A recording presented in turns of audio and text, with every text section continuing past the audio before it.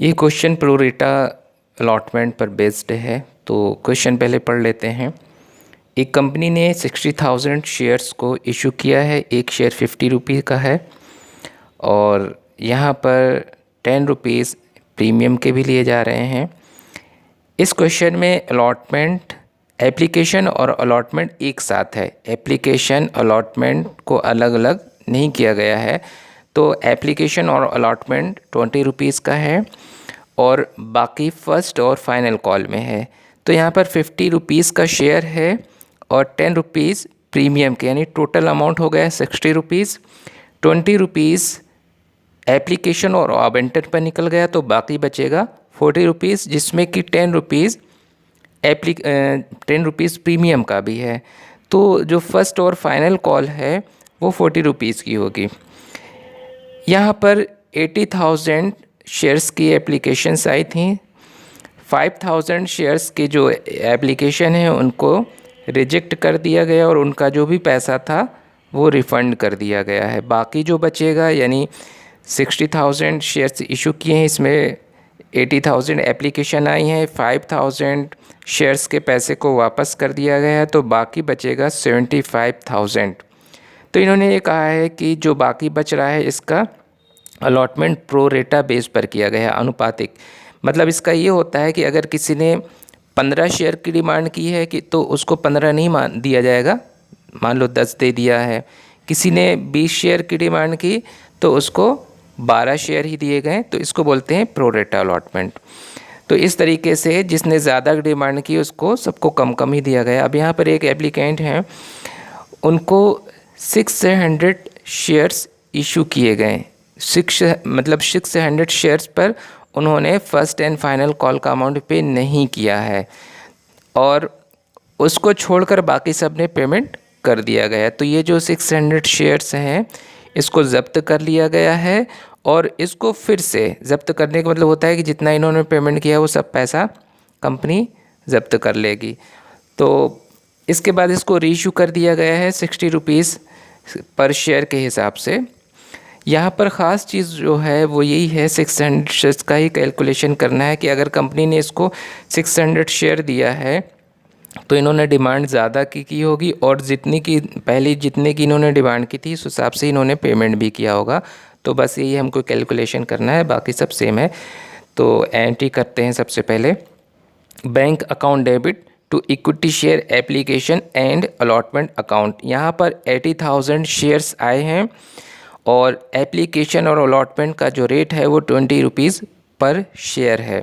20 rupees पर share है, उस हिसाब से जो टोटल अमाउंट बनेगा वो होगा 16 लाख। 16 लाख डेबिट करेंगे और इतने अमाउंट से क्रेडिट कर देंगे। तो ये पहली जो एंट्री है ये कंप्लीट हो गई है। 80,000 शेयर से हैं, इसको मल्टीप्लाई कर देंगे 20 से। 80,000 को 20 रुपये से गुणा कर देंगे तो 16 लाख निकल आएगा। नेक्स्ट एंट्री करते हैं। Equity share application and allotment account debit to equity share capital account to call in advance account to bank account. यहाँ पर जो डेबिट है equity share application and allotment account, इसको 16 लाख से डेबिट करेंगे। बाकी अमाउंट को कैसे क्रेडिट करना है वो देख लेना है। 60,000 शेयर्स इशू किए हैं तो इतना ही अमाउंट शेयर कैपिटल में जाएगा 60,000 शेयर्स का। तो 60,000 शेयर्स को मल्टीप्लाई कर देंगे 20 रुपीज़ से, क्योंकि 20 रुपीज़ एप्लीकेशन और अलॉटमेंट पर है। तो इसका अमाउंट हो जाएगा 12 लाख, 12 लाख हो जाएगा। इसके बाद कॉल्स इन एडवांस। अब यहाँ पर जो 15,000 शेयर्स हैं वो एक्स्ट्रा है, क्योंकि 80,000 की एप्लीकेशन आई थी, 5,000 यहाँ पर वापस कर दिए हैं तो बचेंगे 75,000। उसमें से 60,000 ही इशू किए थे, तो जो एक्स्ट्रा एप्लीकेशन है वो 15,000 ही है। तो कॉल्स इन एडवांस से इतना ही बनेगा। 15,000 शेयर्स को 20 से मल्टीप्लाई करेंगे, क्योंकि एप्लीकेशन पर 20 रुपये ही है, तो इसका अमाउंट बन जाएगा 3 लाख। इसके बाद 5,000 शेयर्स का जो पैसा बनेगा, 5,000 को मल्टीप्लाई करेंगे 20 से, तो इसका अमाउंट बन जाएगा 1 लाख। तो इसका क्रेडिट जो किया है अमाउंट 12 लाख, 3 लाख और 1 लाख, इसको अगर टोटल कर देंगे तो 16 लाख हो जाएगा।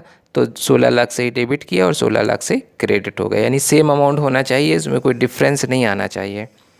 नेक्स्ट एंट्री करते हैं, equity share first and final call account debit to equity share capital account to securities premium reserve account. यहाँ पर equity share first and final call 60,000 की है और 40 रुपये, वो 60,000 शेयर्स हैं और 40 रुपये की है फर्स्ट एंड फाइनल कॉल, और इस 40 रुपीज़ में 10 रुपीज़ प्रीमियम के भी हैं। तो इसको जो मल्टीप्लाई करेंगे तो हो जाएगा ये 24 lakh. To equity share capital account 60,000 shares से हैं और 30 रुपीज़ का फर्स्ट एंड फाइनल कॉल है, तो इसका मल्टीप्लाई करेंगे हो जाएगा 18 लाख। बाकी जो 10 रुपीज़ हैं वो प्रीमियम का है, तो 60,000 शेयर से हैं और 10 रुपये प्रीमियम के हैं, तो ये हो जाएगा 6 लाख रुपए। तो 18 लाख प्लस 6 लाख दोनों को टोटल कर देंगे तो ये 24 लाख हो जाएगा। नेक्स्ट एंट्री कर लेंगे, अब इसको रिसीव करना है bank account debit to equity share first and final call account. Bank account debit हो जाएगा 20,79,000, 20,79,000 से डेबिट हो जाएगा और इतने से ही क्रेडिट हो जाएगा। अब ये इतना अमाउंट आया कैसे है वो कैलकुलेट करना है। फर्स्ट एंड फाइनल कॉल जो ड्यू हुआ है वो 24 लाख से हुआ है और इतना ही अमाउंट रिसीव होना चाहिए, लेकिन इतना रिसीव इसलिए नहीं होगा क्योंकि 3 लाख एडवांस आ चुका है। अगर हम ऊपर देखेंगे टू कॉल से इन एडवांस में तो उसमें 3 लाख ही लिखा हुआ है, तो इसको माइनस कर देंगे 24 लाख में से 3 लाख, क्योंकि ये ऑलरेडी आ चुका है तो अब ये नहीं मिलना है, ये माइनस हो जाएगा 24 लाख में से 3 लाख, तो बचेगा 21 लाख। अब इसके बाद जो 600 शेयर्स हैं इन्होंने पैसा नहीं दिया है, पेमेंट नहीं किया है, तो इसका कैलकुलेशन करना पड़ेगा कि इन्होंने कितना पेमेंट नहीं किया है।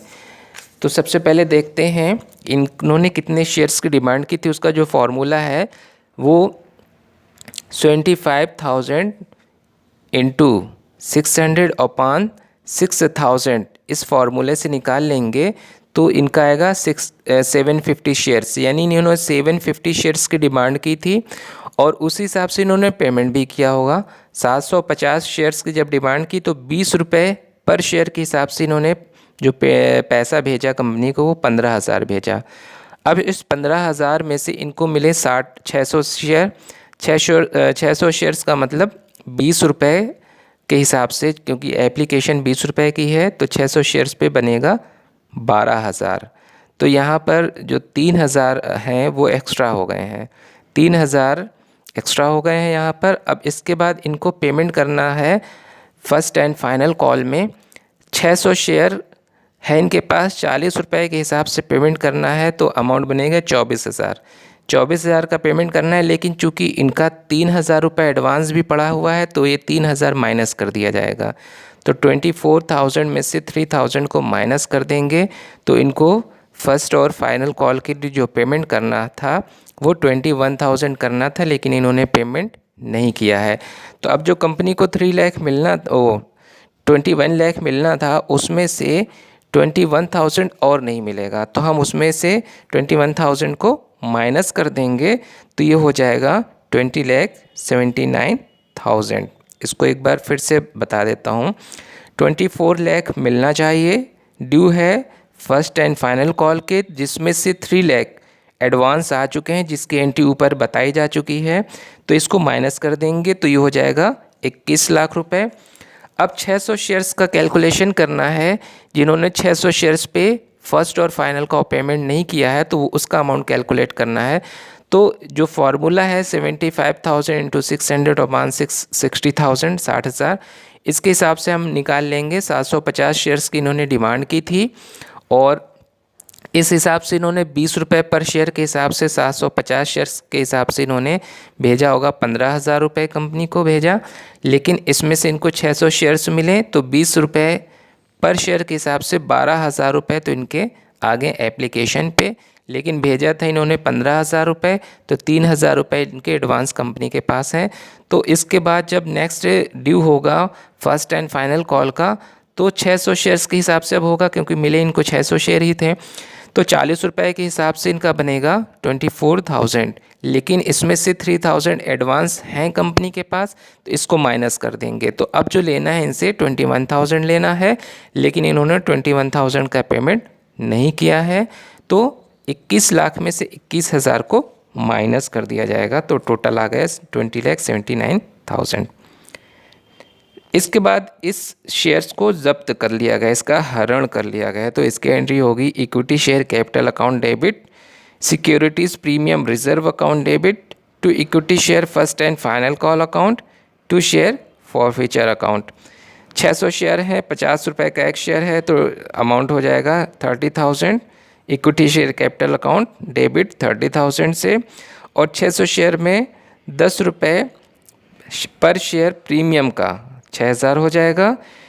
और equity share first and final call में 21,000 लिखेंगे, ये वो अमाउंट है जिसका इन्होंने पेमेंट नहीं किया है।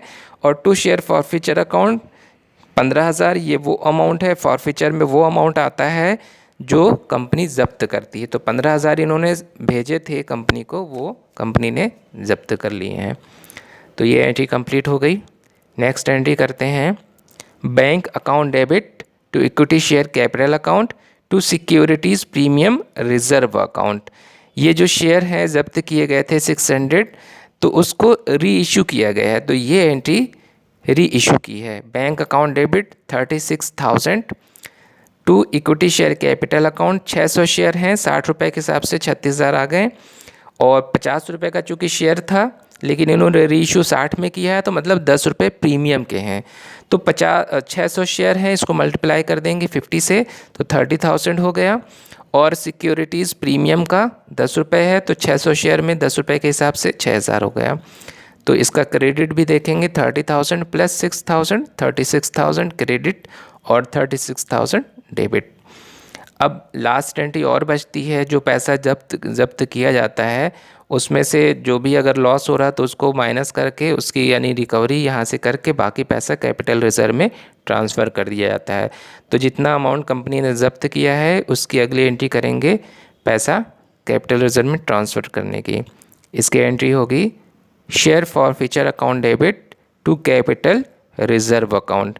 अमाउंट वही 15,000 जब्त किया था, तो 15,000 यहाँ पर हो गया। तो इस तरीके से ये एंट्री कंप्लीट हो गई है।